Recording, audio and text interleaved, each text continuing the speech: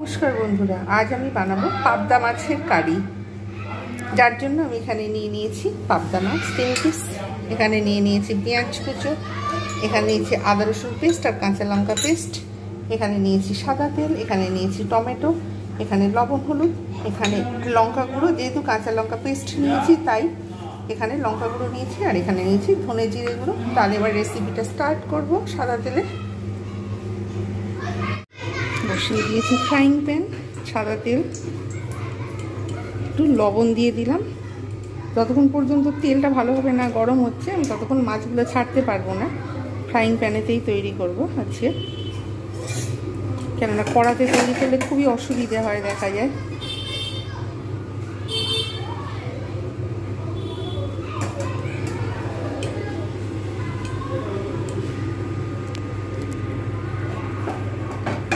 তেলটা এদিক ওদিক করে নেব।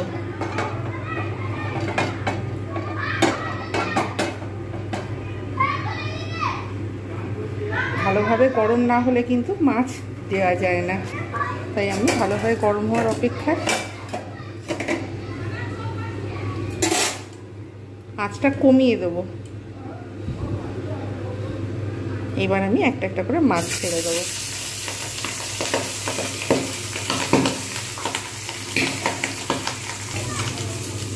একদম ডিস্টেন্স রেখে মাছটা ছাড়তে হবে, না আর এই মাছ প্রচণ্ডভাবে ফাটতে থাকে।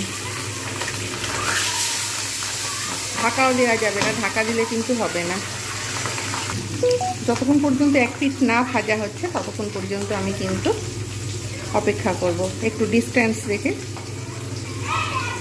আমাকে অপেক্ষা করতে হবে, কেননা পাবদা মাছ ভীষণভাবে ফাটতে থাকে।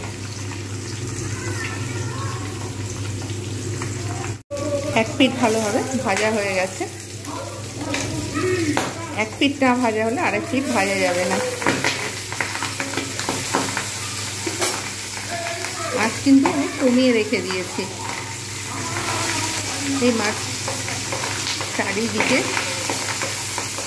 ফাটতে থাকে, রাস্তার ধারে হয় চিৎকার চেঁচামেচি চারিদিকে। এবার এই পিঠটা হয়ে যাবে, অপেক্ষা করব। একটু আমি সরে যাব এখান থেকে। এবারে আমি বাটা মশলার টেস্ট আনার জন্য এখানে মশলাটা আমি একসঙ্গে জলে গুলে নেব। এখানে আদা রসুন পেস্ট আর কাঁচা লঙ্কা পেস্ট রয়েছে, ধনে জিরে গুঁড়ো রোস্টেড এটাও মিশিয়ে দেবো, লবণ হলুদ এটাও মিশিয়ে দেবো, আর এইখানে দিয়ে দেবো লঙ্কা গুঁড়ো। এবার এইগুলো আমি নিয়ে একসঙ্গে একটা পেস্ট বানিয়ে ফেলবো।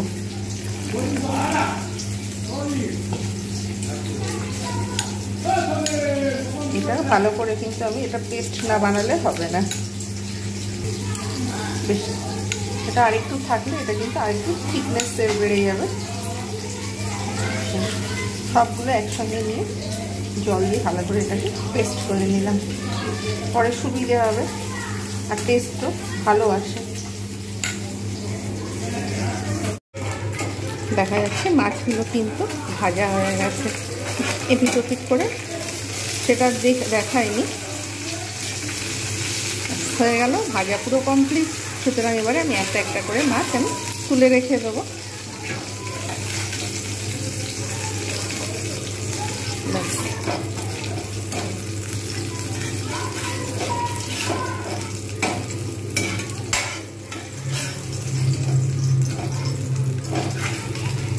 এইটা তুলতেই অসুবিধা হচ্ছে, দেখা যাচ্ছে। ব্যাস হয়ে গেল। এই তেলেতেই দিয়ে দেবো পেঁয়াজ। পেঁয়াজগুলো কিন্তু আমি ভালো করে ভেজে নেবো। পাবদা মাছের কারি করতে গেলে পেঁয়াজগুলো কিন্তু খুব সুন্দরভাবে ভেজে নেওয়া দরকার। আঁচ মিডিয়াম রেখে, যদি মনে হয় তাহলে একটু কমিয়ে দিতে হবে। মাছ বড় থাকলে আপনারা এরকম ফ্রাইং প্যানে করে নেবেন, সুবিধা হবে। কড়াতে করলে দেখা যায় যদি বেশি না ঠিক থাকে কড়াগুলো অনেক সময়, তখন দেখা যায় যে মাছগুলো কিন্তু বেঁকে যায়। কিন্তু ফ্রাইং প্যানে হলে সুবিধা হয়, তাই জন্য আমি ফ্রাইং প্যানে করলাম। আমার আগেও রয়েছে চ্যানেলে, তাও আমি আজকে মনে হলো যে দেখাই। আমি আজকেরও পাবদা মাছের কারিটা আমি আজকে দেখাচ্ছি। গরম যেহেতু অলরেডি পড়ে গেছে, তাই অতিরিক্ত তেল মশলা আমি যতটা পারবো না ব্যবহার করার চেষ্টা করব। এরকম করে পেঁয়াজগুলোকে কিন্তু আমি বেশ ভালোভাবে লাল করে ভেজে নেব। একটু সময় নিয়ে পেঁয়াজগুলোকে কিন্তু এরকম করে ভেজে নিতে হবে, তাহলে কিন্তু টেস্ট ভালো হয় আর কালারটাও ভালো আসে। পেঁয়াজ না ভালো করে ভাজলে কালার কিন্তু আসে না। আর যদি আরও ভালো কালার করতে যান ন্যাচারালি, তাহলে এর মধ্যে একটু চিনি দিয়ে দেবেন, ক্যারামেলাইজড হয়ে যাবে, তাহলে কিন্তু আরও ভালো হবে। পেঁয়াজগুলোকে আমি কিন্তু ভাজছি যাতে পাবদা মাছের কারিটা খুব ভালো একটা অনুষ্ঠান বাড়ির মতো কালার আসে। আমি সেই রকম আমি একটু জাস্ট অল্প একটুখানি নামমাত্র একটু চিনি দিয়ে দিলাম, তাহলে কিন্তু ন্যাচারালভাবে কালারটা অটোমেটিক সুন্দর আসবে। পেঁয়াজটাকে কিন্তু পুড়িয়ে দিলে চলবে না, কিন্তু আবার না ভাজলেও সেটাও চলবে না। এরকমভাবে একটু সময় নিয়ে রান্নাটা করতে হবে। যে কোনো রান্নাতে সময় দিলে তখন কিন্তু সেই রান্নার টেস্ট দুগুণ বেড়ে যায়। সময় না দিলে তাড়াহুড়ো করে কিন্তু রান্না করলে সেই রান্নার কখনোই টেস্ট থাকে না। একটা সাধারণ রান্নাও যদি সময় নিয়ে সুন্দরভাবে ভেজে কষে করা হয়, তাহলে কিন্তু দেখা যাবে যে অসাধারণ রান্না সাধারণ রান্নাটাই হয়ে গেছে। এইরকমভাবে আমি কিন্তু পেঁয়াজটা বেশ কিছুক্ষণ ধরে আমি এখন ভাজতে থাকবো। দেখা যাচ্ছে পেঁয়াজ কিন্তু খুব সুন্দরভাবে ভাজা হয়েছে। ঠিক এই রকমভাবে ভেজে নিতে হবে পেঁয়াজটাকে, আর ভাজা যাবে না। এইবার আমি এর মধ্যে দিয়ে দেবো টমেটো। টমেটোটাকেও আমি একদম পুরো ভেজে ভেজে এটাকে নরম করে নেব। আঁচটা একটু কমিয়ে দেবো। এরকমভাবে ভাজতে ভাজতে অটোমেটিক্যালি কিন্তু টমেটোটাও নরম হয়ে আসবে। মশলাটা কিন্তু খুব ভালোভাবে কষতে হয়, তাহলে মাছ অসম্ভব টেস্ট হয়। মাছটাকে ভালোভাবে ভাজলে কাঁচা গন্ধ চলে যায়। আমরা যখন মাছটাকে ধুয়ে ফেলবো তখন আমরা একটু লবণ হলুদ দিয়ে ধুয়ে ফেলবো, তাহলেও কিন্তু যদি আঁশ একটা কোনো দেখা যায় যে মাছে খুব আঁশ গন্ধ উগ্র থাকে, আমি যদি লবণ হলুদ দিয়ে মাছটাকে ধুয়ে ফেলে দিয়ে দুবার তিনবার ধুয়ে ফেলে দিয়ে তারপরে আবার যদি লবণ হলুদ মাখিয়ে রেখে দিই, পরিমাণে লবণ কম দিয়ে একটু হলুদ দিয়ে, তাহলে দেখা যাবে যে সেই মাছের কিন্তু যে আঁশ গন্ধ থাকে সেটা চলে যায়। আবার অনেক সময় ভিনিগার দিয়েও সেটা কিন্তু আঁশ গন্ধ কাটানো যায়। কখনো কখনো পাতিলেবু দিয়ে আঁশ গন্ধ কাটানো হয়। যেসব মাছের অতিরিক্ত গন্ধ থাকে আমরা কিন্তু আঁশ গন্ধ কাটানোর জন্য আমরা এই সকল পন্থাগুলো অবলম্বন করে থাকি। এটাও একটা কিন্তু টিপস রান্না করতে করতে বলে দিলাম। এবার আমি এর মধ্যে যে আমি যে মশলাটা তৈরি করে রেখেছিলাম সেইটা আমি কিন্তু এর মধ্যে আমি দিয়ে দেবো। অনেকটা ঠিক হয়ে গেছে, যার জন্য আমি এই মশলার বাটিটা দিয়ে ভালো করে আর একটু জল দিয়ে আমি কিন্তু এটাকে ভালো করে কষতে হবে। যেহেতু এখানে কাঁচা লঙ্কা বাটা রয়েছে, কষলে কিন্তু খুব সুন্দর হয়, নাহলে একটু কাঁচা লঙ্কা কাঁচা কাঁচা গন্ধ ছাড়ে, সেটা অনেক সময় ভালো লাগে না। তাই আমি যেহেতু এতে লবণ পরিমাণ মতো দিয়ে রেখেছি, মশলাটাও ভালো করে কষা হবে, সাথে সাথে সফটও হবে। হলুদ এবং লবণ সবসময় দেখা যায় যে টমেটোকে সফট করে দেয়, আর ভালোভাবে কষলে এর কিন্তু টেস্ট একটা খাবারের দ্বিগুণ বেড়ে যায়। তাই আমাকে বেশ কিছু সময় নিয়ে আমাকে কিন্তু কষে যেতে হবে। রান্নায় ঈষদুষ্ণ জল, গরম জল ব্যবহার করলে রান্নার কিন্তু টেস্ট ভালো হয়। কিন্তু যেহেতু গরমকাল এমনিতেই জল গরম থাকে, ওই জন্য আমরা সবসময় তখন আর গরম জল ব্যবহার করি না। কিন্তু শীতকালেতে যেহেতু ঠান্ডা ওয়েদার, জল ঠান্ডা থাকে, তখন কিন্তু আমরা গরম জল ব্যবহার করলে রান্না কিন্তু ভালো হয়। বেশ কিছুক্ষণ সময় নিয়ে আমি কিন্তু এটাকে কষতে থাকবো। টমেটোটা পুরো গলে যাবে, মশলাগুলো একদম পুরো ভালোভাবে কষে গিয়ে তেল ছাড়তে শুরু করবে। যতক্ষণ পর্যন্ত না তেল ছাড়ছে ততক্ষণ পর্যন্ত কিন্তু আমি এরকমভাবে কষিয়ে নেব। আজকে একটু বাড়িয়ে দিলাম, একদম লো ফ্লেমে ছিল, মানে পেঁয়াজ পুড়ে যেত। একটা নির্দিষ্ট পরিমাণে কিন্তু পেঁয়াজটাকে ভেজে নিতে হবে। এরকমভাবে আমি কিন্তু কষে নেব ভালো করে।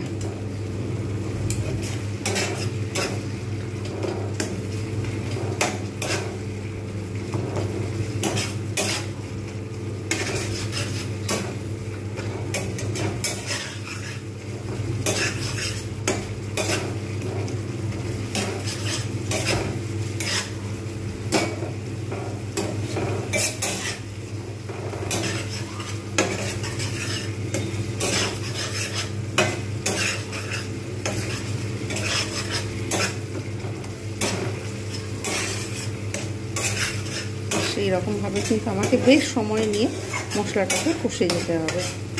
এখনও তেল ছাড়তে দেখা যাচ্ছে না, তাই আমি এখনও কষে যাচ্ছি। পেঁয়াজ কিন্তু একদম সফট হয়ে গেছে, টমেটোও গলে গেছে, অন্যান্য মশলাগুলোও কিন্তু একদম সব মিক্স হয়ে গেছে, খুব সুন্দর একটা স্মেল আসছে। এবার তেল ছাড়তে শুরু, এই যে ধার দিয়ে দেখা যাচ্ছে এবার সব তেল ছাড়তে শুরু করেছে, তার মানে এবার কষাটা ঠিক পারফেক্ট হয়েছে। এইরকম তেল যতক্ষণ না ছাড়বে ততক্ষণ কিন্তু বুঝতে হবে যে কষাটা কিন্তু পারফেক্ট হয়নি। এই যে তেল এই যে ধার দিয়ে ছাড়তে শুরু করে দিয়েছে।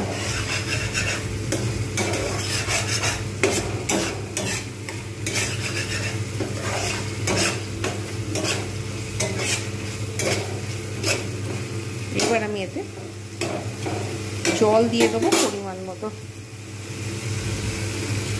গরম জল আমি কিন্তু ব্যবহার করছি, বেশি দেব না, জাস্ট একটু ফোটার মতো দিলেই হবে। আমি এখানে কিন্তু গরম জল ব্যবহার করেছি যাতে খাবারের টেস্ট ভালো হয়, সেই জন্য।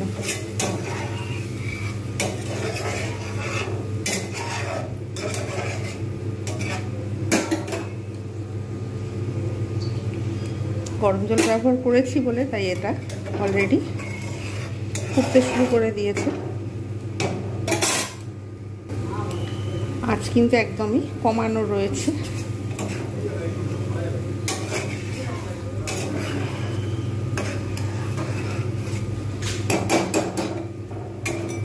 এবার আমি এর মধ্যে একটা একটা করে মাছগুলোকে ছেড়ে দেবো। আঁচ মিডিয়াম রেখে একটু ফুটিয়ে নেব, তারপর ফিরে আসছি। একটু ঢাকনা দিয়ে 1-1.5 মিনিটের মতো অপেক্ষা করব। 2 মিনিট পর আমি ফিরে এলাম। ঠিক এই রকম গ্রেভিটা একদম পুরো থিকনেসটা ঠিক এই রকম হয়েছে, অতিরিক্ত পাতলা নয় আবার একদমও পারো না। সেবার আমি গ্যাসের ফ্লেম বন্ধ করে দেবো আর সার্ভ করবো। কীরকম হয়েছে ভিডিওটা অবশ্যই পুরোপুরিভাবে দেখবেন, অনুরোধ রইল প্রত্যেককে। তৈরি হয়ে গেল বাঙালির একটা অত্যন্ত পছন্দের ডিশ, পাবদা মাছের কারি। আমি যেভাবে বানিয়েছি অবশ্যই এইভাবে বানান। আর ভিডিওটা ভালো লাগলে লাইক, কমেন্ট, শেয়ার এবং সাবস্ক্রাইব করতে ভুলবেন না। কেমন হয়েছে অবশ্যই রেসিপিটা কমেন্টের মাধ্যমে জানিয়ে দেবেন। যারা যারা ইনস্টাগ্রাম থেকে দেখছেন, ফেসবুক থেকে দেখছেন, টুইটার থেকে দেখছেন, তাদের অসংখ্য ধন্যবাদ। যারা যারা লাইক করছেন, কমেন্ট করছেন, সাবস্ক্রাইব করছেন, তাদের অসংখ্য ধন্যবাদ। এবং যারা যারা সম্পূর্ণ ভিডিওটা দেখছেন তাদেরও অসংখ্য ধন্যবাদ। আর যারা যারা স্কিপ করে দেখছেন তাদের কাছে অনুরোধ রইল সম্পূর্ণ ভিডিওটা দেখুন এবং এইভাবে রেসিপিটা একবার যদি বানিয়ে খান তাহলে মনে হবে যে বারে বারে বানাই। প্রত্যেকে ভালো থাকবেন, সুস্থ থাকবেন। আর এতক্ষণ আমার সঙ্গে থাকার জন্য অসংখ্য ধন্যবাদ। পরবর্তী নেক্সট ভিডিওর অপেক্ষায় থাকবেন। আজকের মতো এতটাই। Bye bye and take care.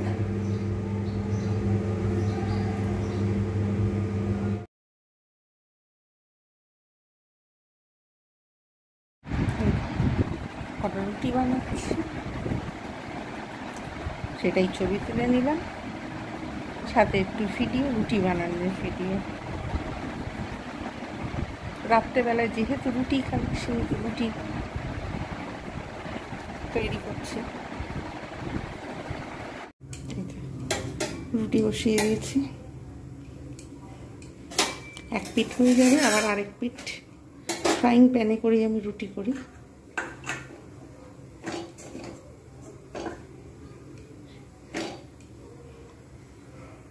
একসঙ্গে দিয়ে দিয়েছি 4খানা রুটি, চটপট হয়ে যাবে, যার জন্য